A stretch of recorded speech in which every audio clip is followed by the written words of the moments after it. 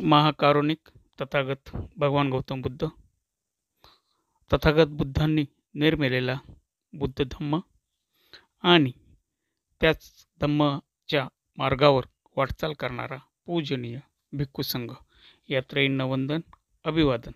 सोबतच सम्राट अशोक ज्यांनी बुद्ध धम्म सातासंभावर पोहोचवला त्यांनाही अभिवादन आणि परमपूज्य बोधिसत्व डॉक्टर बाबासाहेब आंबेडकर यांनाही त्रिवार अभिवादन, त्रिवार अभिवादन, त्रिवार अभिवादन. आज वर्षवास 2024चा 24वा दिवस आहे.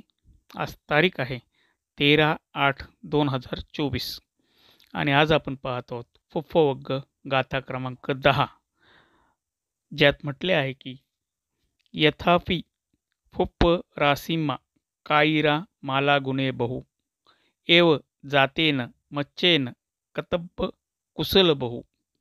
अर्थात जसे फुलांच्या राशीमधून अनेक माळा तयार करता येतात, तसे जन्मलेल्या मर्त्याने अर्थात मानवाने अनेक सत्कृत्य करावेत. आजची गाथा मानवाला कुशल कर्म करण्यासाठी प्रेरित करीत आहे. फुलांचे रूपक देऊन समजून सांगितले आहे की विविध प्रकारच्या फुलांच्या राशी आहेत. त्यातून एकाच प्रकारची फुलं घेऊन माळ तयार करता येते. 2 प्रकारची फुलं घेऊन दुसरी माळ तयार करता येते. छोटी माळ व मोठी माळ बनवता येते. एका सरीची व अनेक सरींची माळ बनवता येते. फक्त आपल्याकडे फुलांची रास हवी.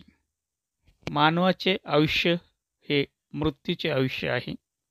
जसं फुलांचं काही कालावधीने निर्वाल्य होतं, अगदी तसंच. म्हणून मानवाने मिळालेल्या आयुष्यात अनेक कुशल कर्म व सत्कृत्य करावीत असा मंगल संदेश तथागत गौतम बुद्धांनी दिला आहे. कुशल कर्मे व सत्कृत्य 3 प्रकारे करता येतात. 1 शरीराने, 2 वाणीने, 3 मनाने. आपल्या सत्कृत्याने दुसऱ्याच्या आयुष्यात आनंद व समाधान यायला हवे. उदाहरणार्थ रक्तदान, श्रमदान, धम्मदान, आर्थिक दान ही कुशल कर्मे सहज साध्य आहेत, जे शरीराने करता येतात. समोरील व्यक्तीशी गोड बोलणे, त्याच्या दुःखात सहभागी होऊन त्याची सांत्वन करणे, सत्य बोलणे, धम्मचर्चा करणे ही कुशल कर्मे वाणीने करता येतात. कल्याण मित्र होऊन मनापासून मंगल भावना ठेवून मनातल्या मनात लोकांच्या प्रती मंगल सदिच्छा ठेवून हे मनाद्वारे केलेले कुशल कर्म करता येते. मृत्यू अटळ आहे, पण कुशल कर्मेच तुम्हाला मृत्यूनंतर जिवंत ठेवतात.